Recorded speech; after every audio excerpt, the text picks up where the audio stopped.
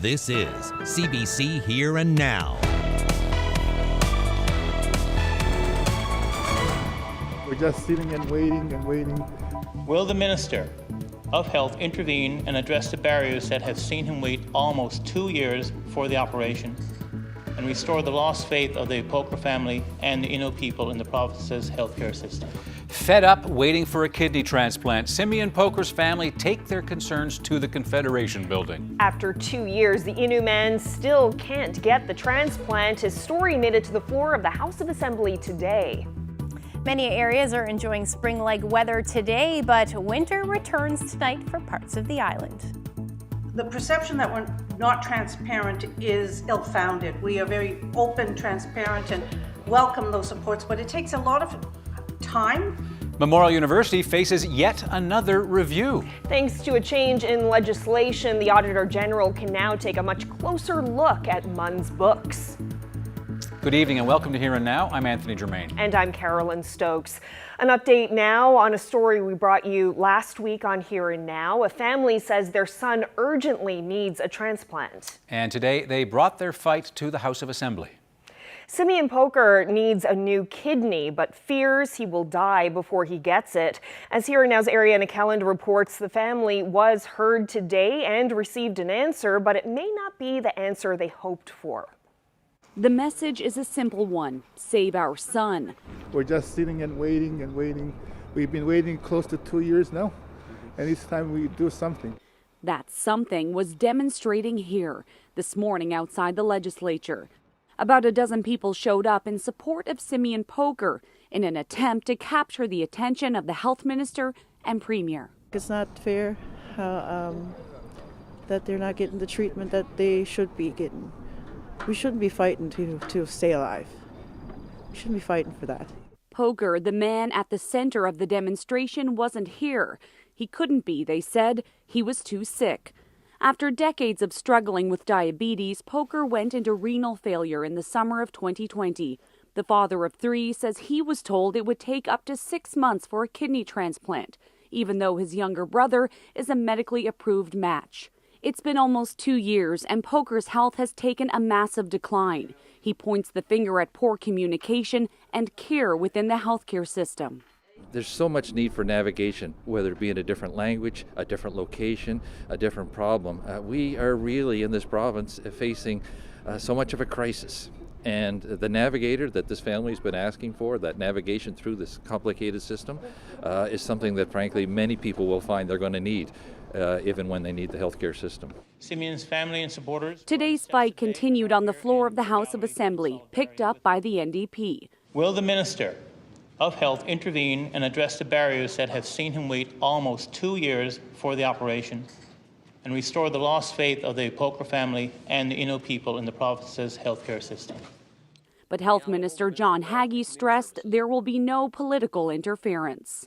Decisions about clinical treatment, who administers it, what that kind of treatment is, and where it is delivered are solely the decisions of doctors, clinicians in this province. They are not the decisions of politicians or civil servants. Haggie says Eastern Health staff and clinicians are in direct contact with the Poker family, but they say the communication is not clear.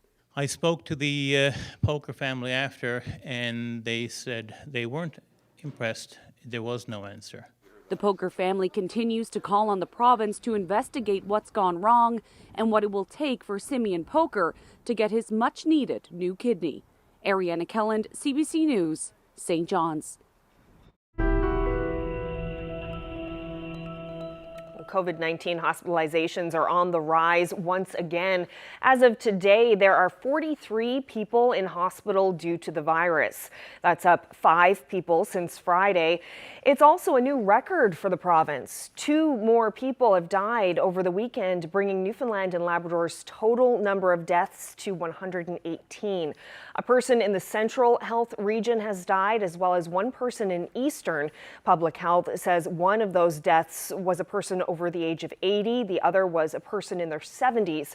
9 people in hospital are in critical care.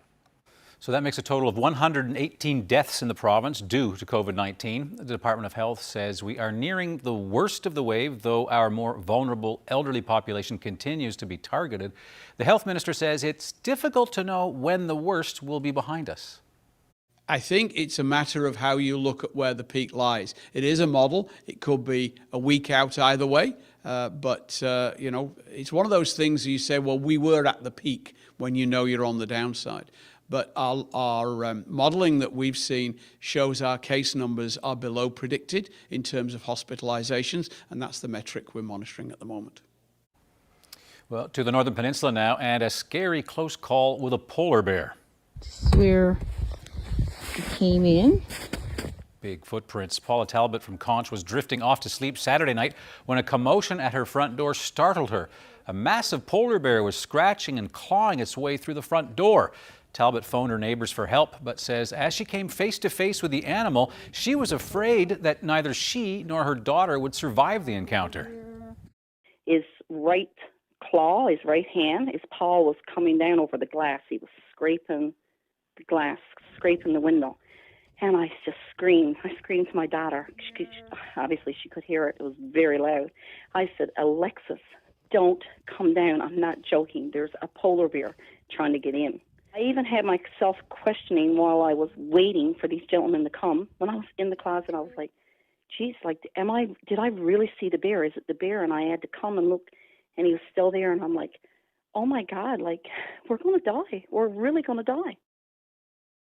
Talbot's neighbors arrived, the bear had left, and Talbot says wildlife agents advised her and the neighbors not to harm the animal, but rather divert it into the woods or towards the sea ice. Not sure how you do that. The RCMP says it followed the bear tracks, and as you saw, there's some of those bear tracks pretty much as big as snowshoe tracks. Police do believe, though, that the animal has left the community.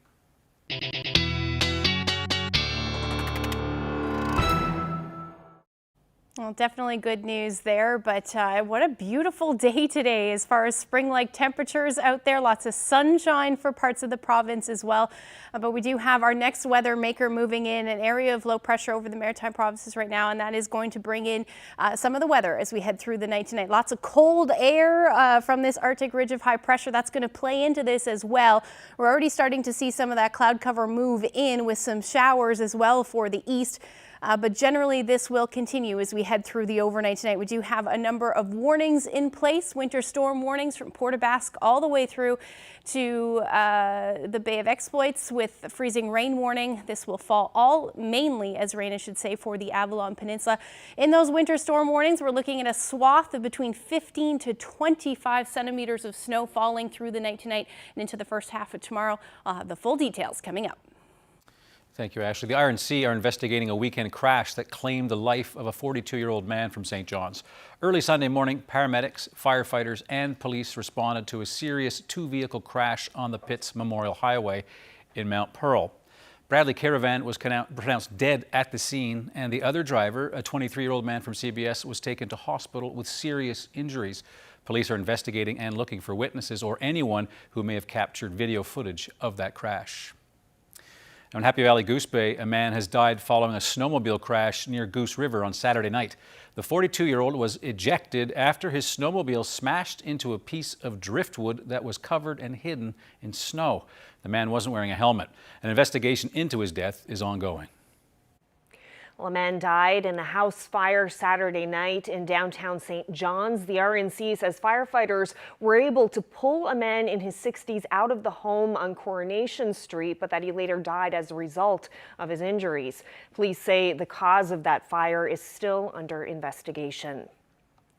And 2 people are in hospital with life-threatening injuries following a double shooting at a home in Harris Point. The RCMP were called to the community about 40 kilometers north of Gander just after midnight. They say a man and woman were both treated for gunshot wounds. Police have held the scene as part of its investigation, but assure residents there is no risk to public safety.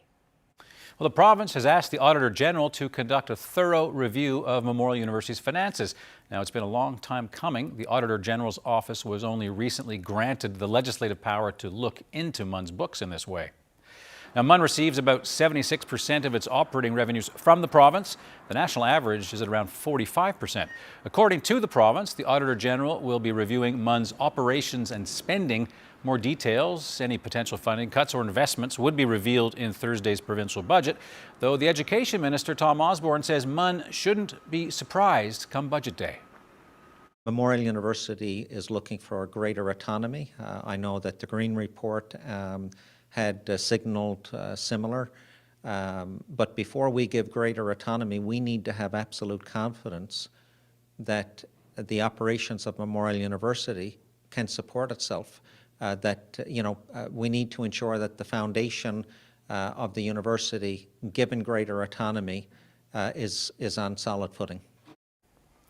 Meanwhile, MUN's president says the university has grown accustomed to being audited. Vianne Timmins says annual audits at Memorial have indicated balanced budgets and compliance since she became president. Timmins tells CBC News the university does have autonomy when it comes to academic programming and what courses it offers, for instance, so decisions pertaining to academics will be off limits. Timmins welcomes the audit, but says they can be draining on university staff. Sometimes we feel a bit over-scrutinized. We just had the post-secondary review. We had the Moya Green Report. We had the Auditor General come in 2014. We have an auditor come in every year.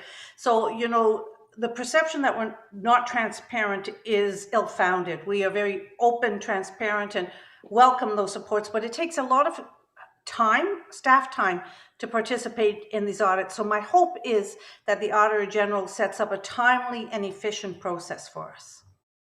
Now, Vianne Timmins says she hasn't been given any parameters about the Auditor General's audit just yet and does not know how long it will take the AG to make that report.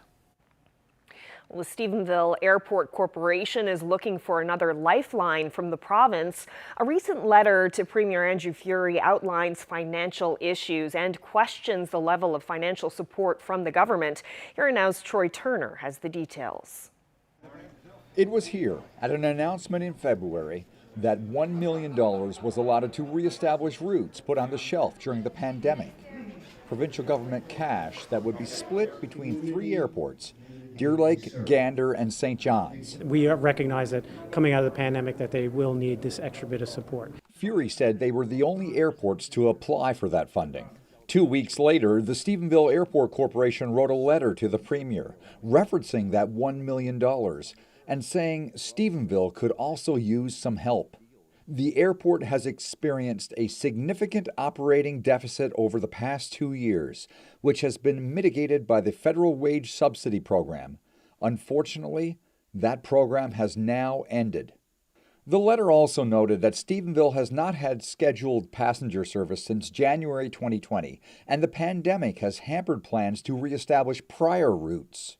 We must engage with our airline partners and attempt to secure flights and services to generate revenue. However, we are not being given the same opportunities as our colleagues in this province. Plans are underway to possibly sell the airport to the Diamond Group of companies. That agreement was announced in September with promises of a $200 million investment, as well as plans to build large cargo drones. The initial deadline for the deal to close passed more than 3 months ago, and there is still no news on when it could be finalized. In the letter, the Stephenville Airport Authority said they had to plan as if they will own the airport indefinitely, saying they are cognizant of the concern which probably exists at the government level, that is, that the money would find its way into the hands of a privately held firm if given to the airport. The letter went on to say that, at least for now, Stephenville operates under the same ownership and governance structure as the airport here in Deer Lake. As for any provincial help, things remain up in the air. The Premier's office said there haven't been any interactions between their officials and the Stephenville Airport Corporation since the letter was written more than a month ago. Troy Turner, CBC News, Deer Lake. Well, it's still a mystery as to why hundreds of seabirds are turning up dead along coastlines in the province. Is it because of what they're eating? One expert says if so, that could have major implications for other sea creatures. Environment and Climate Change Canada received a flurry of citizen reports this week of emaciated, dead or dying mers, or turs as they're locally called, on the ice and along the shoreline. Reports have come in from Cape Friels, Twillingate, Hampton, Roddickton and as far north as Mary's Harbor, but the majority have ended up in the Hampton area. The hundreds of dead birds have now attracted hungry eagles and seagulls. One expert says if this is a mass starvation event, it could be a wake-up call. I think a major concern is avian influenza, which will obviously be the first thing we'd want to rule out with those autopsies. It could certainly have a spillover to provinces and colonies to the south of Newfoundland. And if it's a capelin, I just hope it's not, but I mean, if it's a capelin issue, that's just a massive issue in the ocean, because, we know that's the fish that fuels everything here: birds, whales, seals, cod, turbot. Well, Anthony, they call it a walk-to-work system, but it's not for the faint of heart. Dutch company Ampelman is testing a hydraulic gangway offshore. Yeah, now this is used elsewhere in the world, and they want to see if it's actually up to the challenge of the mighty Atlantic. And this is all thanks to a $320 million investment from Ottawa to help the oil industry earlier in the pandemic. And the province is spending $2 million on for this gangway test. Yeah, have a look. This is the Ampelman E-type gangway. It's used to work in high sea states, and it's being tested out here to prove what we're forecasting we can actually do. You're going to see the base of the system moving, and that's compensating the boat. So that's going to move all over the place. And then the transfer deck, where the actual work or transfer personnel is taking place, is flat. So once those cylinders engage and start moving, that's taking all the movement out. And then you're able to transfer safely. The testing right now is being done offshore. We've worked on different coasts. We're in open water. The gangway will be activated. We're measuring the movement of the gangway and vessel and how that interacts with the ocean conditions. We're recording some good data. What helps us is bad weather, actually, because that's what we want to show. We want to show the system capabilities in bad weather. Unfortunately, if you look offshore today, it's pretty flat. But we've caught in some bad weather already, which is great. You see the full cylinder stroke movement of the system, so you're starting to record some good data, and we hope to get more of that later this week. I like to think it doesn't replace a lot. I think it adds to the industry, so we're adding safety. You're never fully replacing a helicopter fleet. We're giving operators a different variable. You can also use walk to work. You can have a flotel in field that gives you more flexibility to manage your logistics. Well, it's always nice to see progress being made in our offshore and to see some of the money that was through the relief fund be put to good use, like we're seeing here today, is reason for hope and optimism when it comes to Newfoundland and Labrador's offshore. Well, that covers the system and vessel getting here. It covers the operations, it covers the data transfer, it covers all the people involved. That $2 million, it's 2 weeks of what you see offshore, but there's also engineering and time done before and after. Using gangways to transfer personnel is not done offshore right now in Newfoundland. So we're the first ones to trial this. And this is not a new technology. We work it everywhere else, and that's why we're bringing it here, to show that it can work here. There's a lot of movement there. Now, Carolyn and I are going to test this, and as a gentleman, I will let Carolyn go first. Quite all right. No local companies have committed to buying one of these systems yet. The gangway also doubles as a crane. Yes, the company says systems can vary, but they run between $5.5 and $8 million to buy. Well, we have some dramatic video to share with you from Halifax's Air and Marine Response. JRCC Halifax captured this video last week but shared it on social media today. It shows a fisher being rescued off the coast of this province. Despite heavy fog and poor visibility, members of the Canadian Air Force transported the person to hospital in Corner Brook. You can see rescuers propelling down to the vessel and lifting them to safety. A Coast Guard vessel assisted in that rescue. A nice spring-like day today. Lack of snow through Gander today. Not so much when you wake up tomorrow morning. I'll have the full forecast coming up. I think they're trying to celebrate all that they've accomplished. They're trying to remain present and focused in winning their last event together. But no question, there's a whole mixed bag of emotion. Team Goujiu has had plenty of ups and downs, but right now they are riding high, undefeated so far at the World Championships in Las Vegas. We'll check in with the CBC's Devin Haru coming up.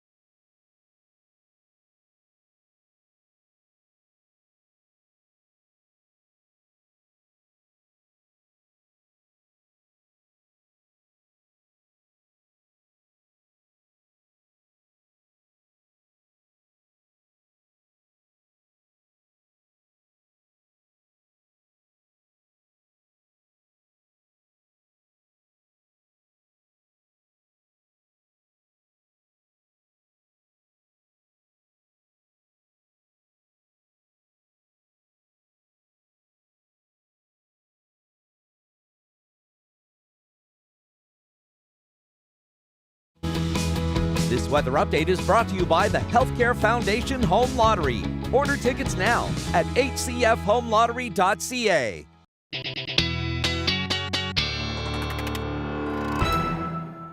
Well, welcome back, Ashley. It's Thank nice you. to have you back. Yeah. Great day to come back. It was beautiful outside today. It really felt like spring was in the air. Gorgeous. Lots more flowers blossoming as the well. crocuses are coming out. They and- are, yeah. but they're going to get a nice shock as Oh. we head through tonight into tomorrow for a good chunk of Central anyway. Let's take a look at what's going on right now.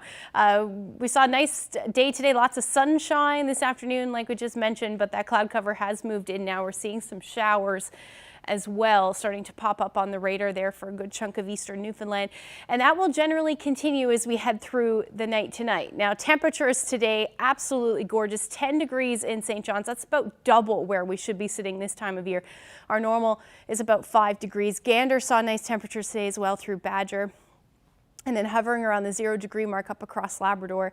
Nain just barely below, about -1 was your afternoon high today. So taking a look at the current conditions, definitely has dropped out there. That cloud cover has moved in, temperatures down to 4 degrees in St. John's right now, with those winds picked up a little bit out of the south-southeast at about 28 kilometers per hour.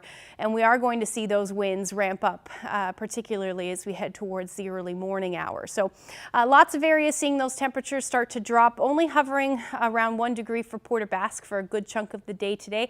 And as we head through the night tonight, that temperature really isn't going to move a whole lot for you. You should hover around the 0 degree mark for most of the night, and then temperatures will continue to drop through central and eastern Newfoundland as we head through the overnight as well. 0 degrees will be the overnight low tonight in St. John's. That will be as we head towards the morning hours. Up across Labrador, the coolest air will be in Lab West with your temperature near -13 overnight tonight. Now, like I said, those winds are going to start to pick up. They will be out of the east about 40 to 60 kilometers per hour, and that's as this area of low pressure starts to move in. So we're seeing that rotation across most of the Maritimes, lots of flurry activity along with some rain just to the east of that, and that is what's going to head towards the province as we head through the evening hours tonight. Again, some of that rain already showing up on that radar. And really, we should start to see some of that for the southern areas of the island as we head through the next couple of hours as well. And that's before some of that colder air starts to move in. So we do have winter storm warnings expanded from Port aux Basques all the way through to the Bay of Exploits, with Bonavista North under a freezing rain warning, Gander special weather statement, and then we do have that rainfall warning for the eastern half of the, the Avalon. The eastern half of the island will see mainly rain as we head through tonight. So let's time that out. Put the winds on there for you as well tonight, the wind gusts, because they are going to pick up. Now, likely going to start as rain for eastern half of the island, but then we're going to pay attention to where that freezing rain warning is. Some of that colder air will start to ride in underneath that warmer air, and that risk of freezing rain will be through the overnight tonight and into at least the first half of tomorrow morning. We're looking at between 5 to 10 millimeters possible of that freezing rain. And then eventually, as that colder air starts to move in, most of central and the west rather, should see that change over to snow. And this will be heavy at times through the night tonight and into tomorrow morning, along with those gusty winds out of the north or northeast between 60 to 70 kilometers per hour. We should be done with that rain by the morning hours, and then as that colder air starts to move in for eastern Newfoundland, we're going to see that transition back to snow. So that will happen through the day. Northern Peninsula, you'll start to see that snow into the afternoon tomorrow as well, again accompanied by some of those stronger winds, so expect blowing snow through the afternoon. Now, if we're taking a look at how much snow is expected as we head through the day on Wednesday, overnight and then through the day on Wednesday, we're looking at a good chunk by Tuesday morning. We're already going to see somewhere between 10 to 15 centimeters of snow, and then that's when the majority of it should fall. But some areas, that swath where we're seeing those winter storm warnings, could see upwards of 15 to 25 centimeters of snow by the time we get into the morning hours. So tomorrow's temperatures will be much cooler than today. Again, most of the Avalon looking at about 25 millimeters of rain falling overnight. with those winds picking up again tomorrow evening between 30 to 60 kilometers per hour, this time out of the northwest, hence those colder temperatures. Now through central, you're still going to see periods of snow continuing through at least the first half of the day. It'll eventually taper to flurries, but your temperatures will be hovering between 0 and 1, and then winds out of the northwest for you on the west coast between 30 to 50 kilometers per hour. Another probably 5 centimeters falling through the afternoon. Northern Peninsula, you're looking at your temperatures between 0 and +2 for even southeastern Newfoundland or southeastern Labrador as well. Winds out of the northwest between 20 to 40 kilometers per hour. And then we've got those cooler temperatures for Lab City, about -6 through the day. Tomorrow, with those winds out of the northwest between 20 to 40 kilometers per hour. So let's look at tomorrow's forecast. We'll look ahead for the rest of the week when I come back.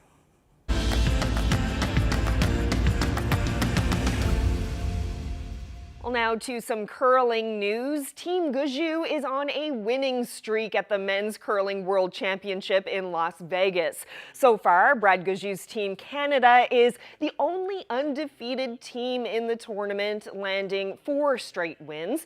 The team has been on a roller coaster ride, both professionally and personally, over the past few months, winning Olympic bronze in Beijing, and last month they won the Brier despite being short a teammate due to COVID.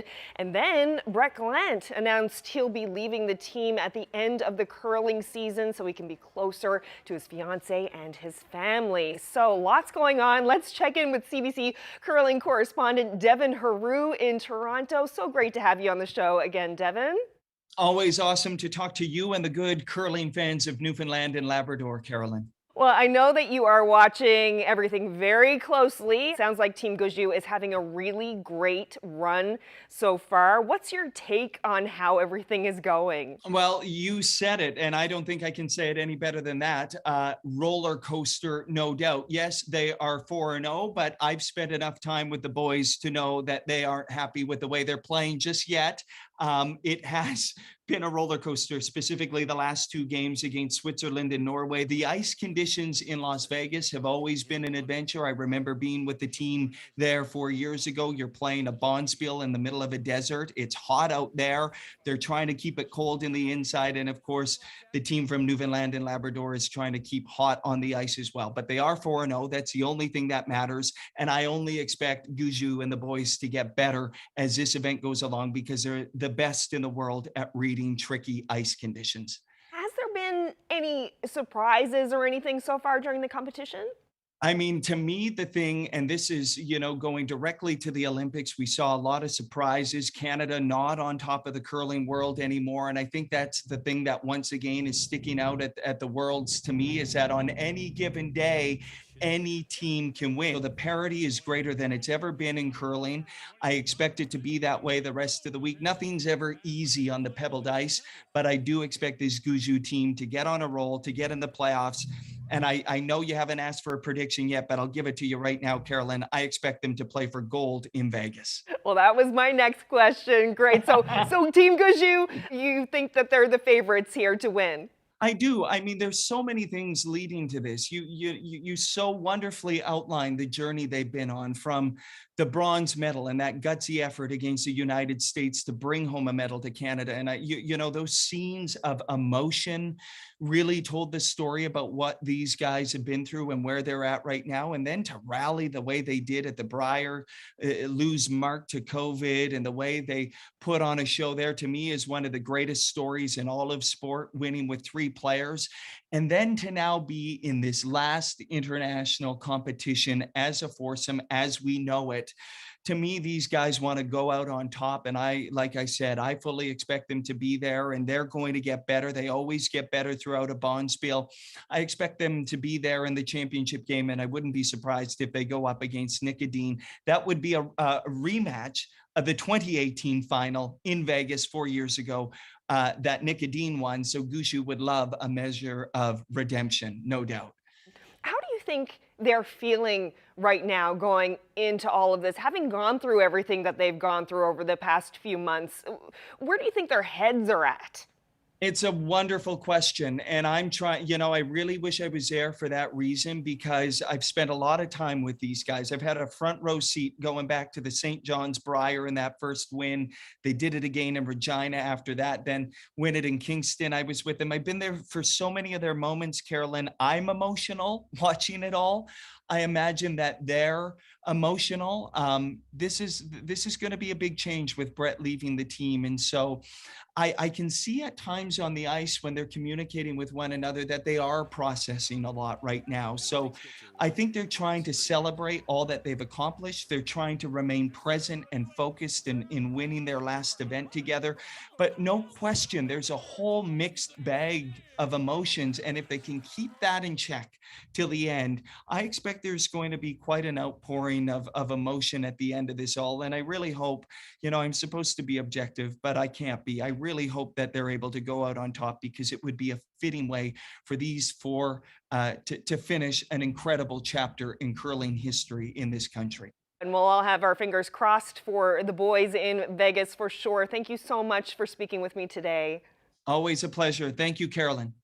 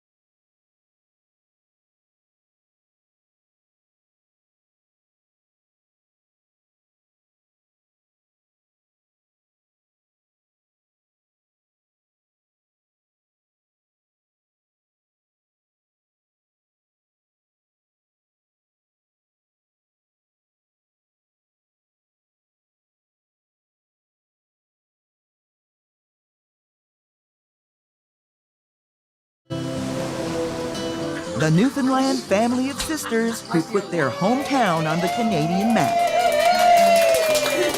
Sunday at 11:30 and Monday at 7.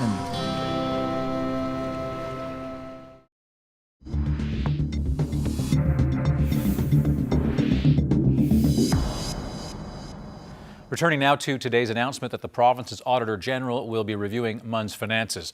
More than 3/4 of Memorial University's operating budget comes from the provincial treasury, and that's nearly double the national average. The CBC's Terry Roberts spoke with MUN's president, Vianne Timmins, about that news today. Well, we welcome the Auditor General to come in and look at all aspects under the auditor's responsibilities of the university. We are open and transparent. We get an audit every year. And since I've been here, we have a clean audit every year and a balanced budget. So we're very positive about it.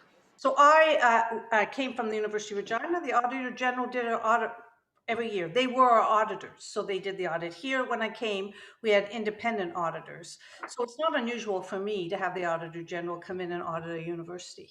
Sometimes we feel a bit over-scrutinized. We just had the post-secondary review. We had the Moyer Green report. We had the Auditor General come in 2014. We have an auditor come in every year.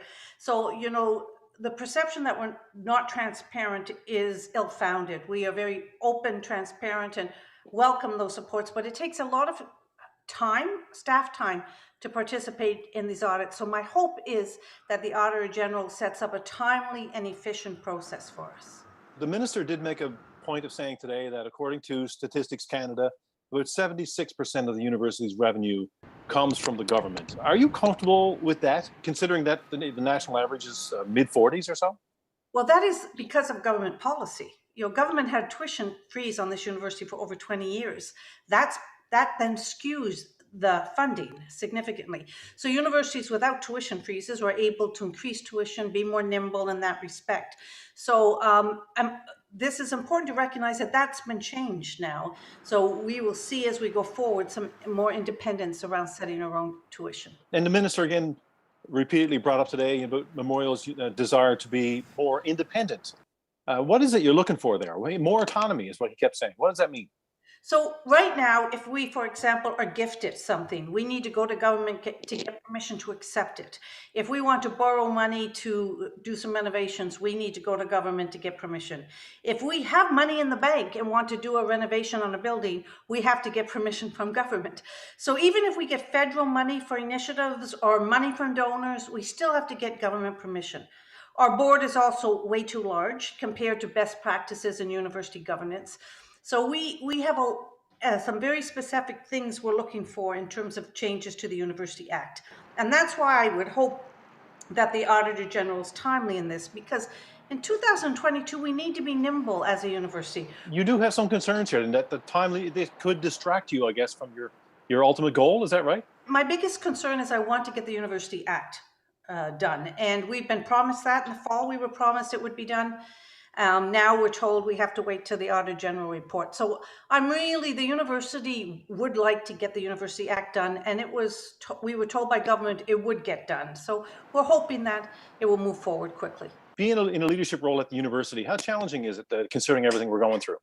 It's a very challenging job, Terry, but it's a wonderful job too, because you change lives, you shape the future, you can make a huge impact economically on this province. For example, demographics is our biggest challenge in this province. We are the solution, the university's solution.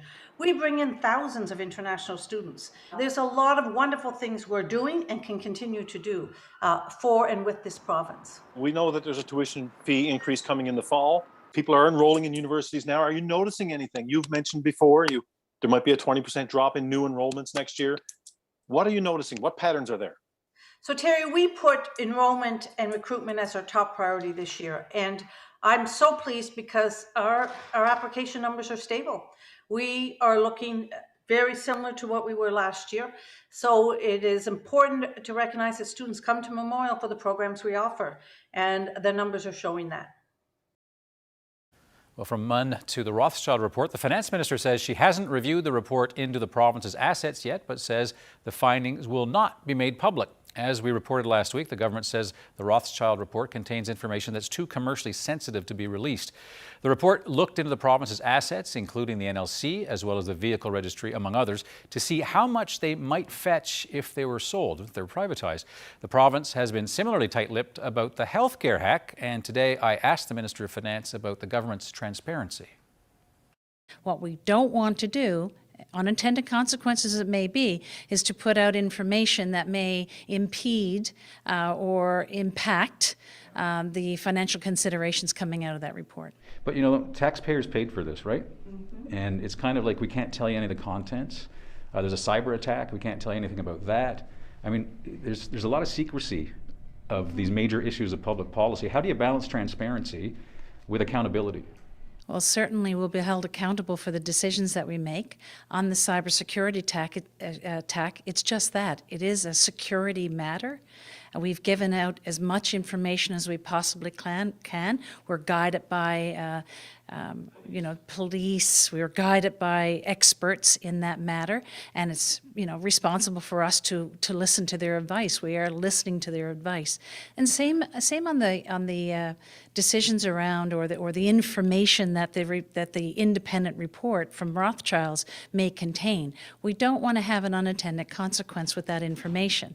So let's take the opportunity to review it. Let's take the opportunity to analyze it and see how we proceed from there. But you'll hold me, I'm sure, accountable for any decisions, and no decisions have been made at this point.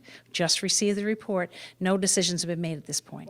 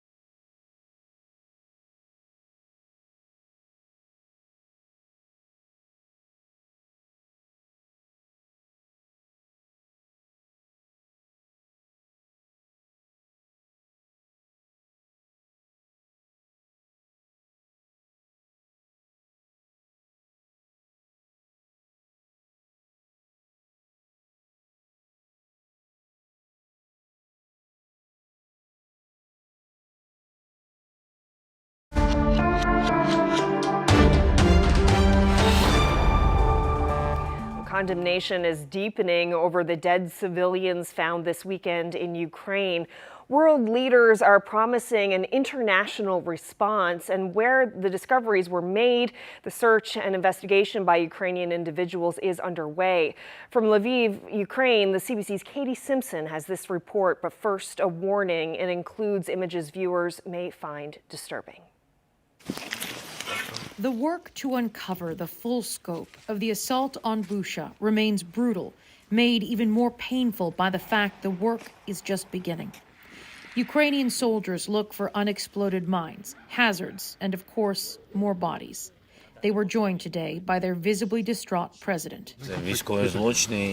These are war crimes, Volodymyr Zelensky says, and they will be recognized by the world as genocide. The world is just starting to get a better look at the violence in the south. Soldiers find bodies in the streets of Mariupol. The mayor says some 140,000 people are still trapped here. Survivors dig graves for the dead. The sound of shelling echoes nearby. We've been burying bodies for the second day in a row, he says. There are lots of children in the yard. We decided to remove bodies so they won't decay, to do the right thing. Air raid sirens are so common in the western part of the country, people barely react anymore. Local leaders are ramping up their protections in the city of Lviv, opening a new support center for soldiers who serve this part of the country. They're asking for donations, money, helmets, and body armor. I'm wondering if I can get your reaction to the stories and the images that we're seeing coming out of Kyiv and the cities around it. The member of parliament for Lviv says he's never seen such harrowing images of violence. Through an interpreter, he says he is confident Ukraine will not be defeated. We are going to pay revenge for every life lost in this area, and every Russian boot is going to leave this country being killed in action. Lviv is a relatively safe place, but because Russia is so unpredictable, there are fears it could be targeted if the military changes its tactics. Katie Simpson, CBC News, Lviv. On a visit to Helsinki for talks with her Finnish counterpart, Canadian Foreign Affairs Minister Melanie Joly added her voice to the international outrage. These acts of terror won't go unpunished. We will support the International Criminal Court as they're investigating about the war crimes and crimes against humanity that have been committed and are committed in Ukraine by Russia. Joly said today's discussions focused on ways to support Ukraine, and she said Vladimir Putin is attacking democracy and world stability.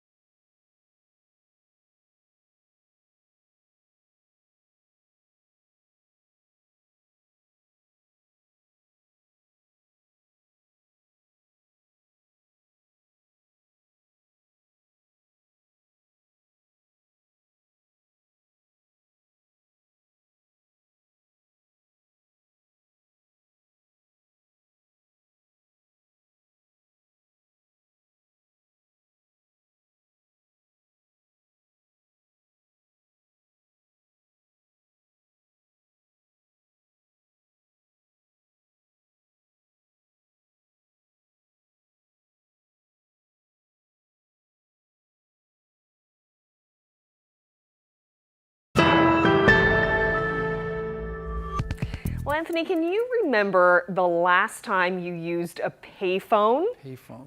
The year was 19. Actually, there's one in Charlottetown, just before, in Terranova, near Terranova. But I can't remember, it was a long time ago. Yeah, I remember they used to line the entrance to the malls and you'd see them downtown, but not really so much anymore. No, and finding a payphone is of course a lot harder than it used to be. And in one community in Alberta, it's about to become even more rare. They're going to take away the last 2 payphones in town. It's the end of an era. The CBC's Helen Pike has that story. Number you have reached is not in service.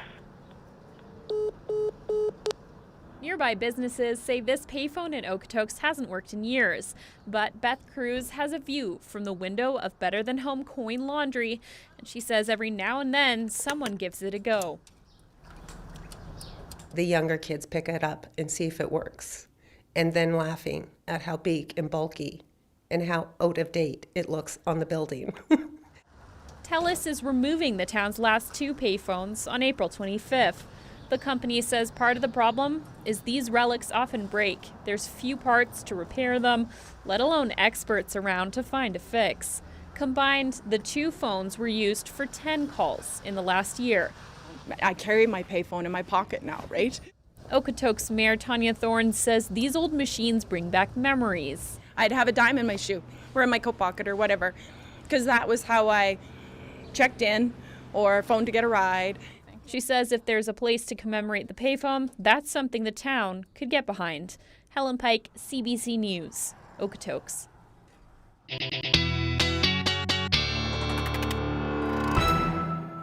I was just saying that I think the last time I might have used a payphone was when the Village Mall had a water fountain there.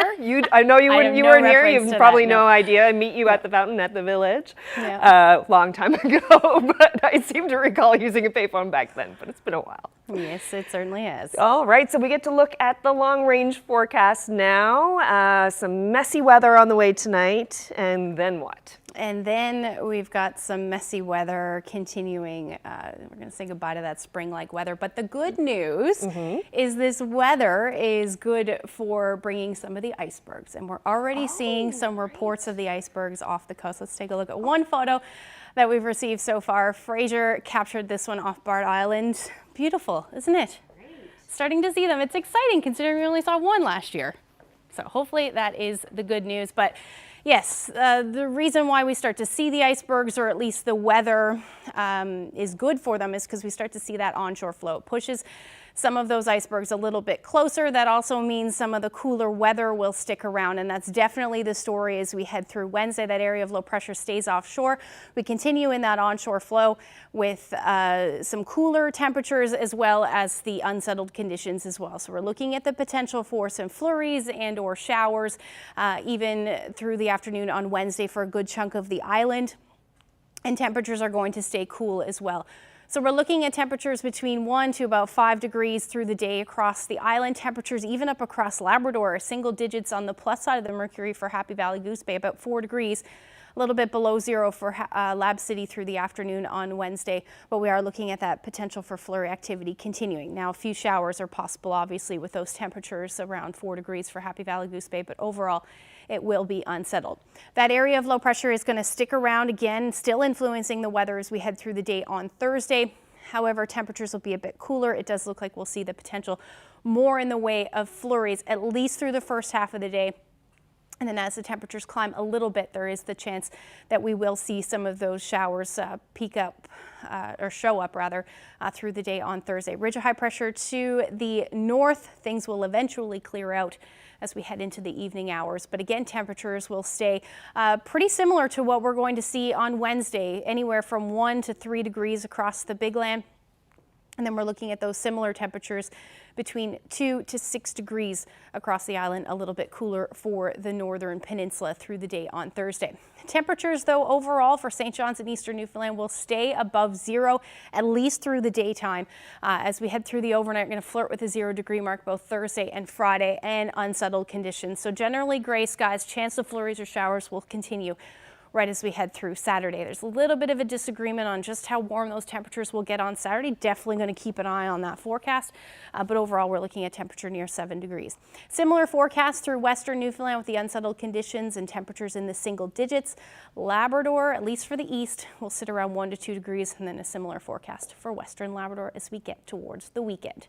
Take a look at this shot. Fogo Island in the spring. There is an iceberg off there right now, and hopefully we'll see more than that. Thank you to Stacy for that. If you have any weather photos, send them to nlphotos@cbc.ca. Lovely Fogo. Great. I wonder what kind of iceberg season we're going to have this year.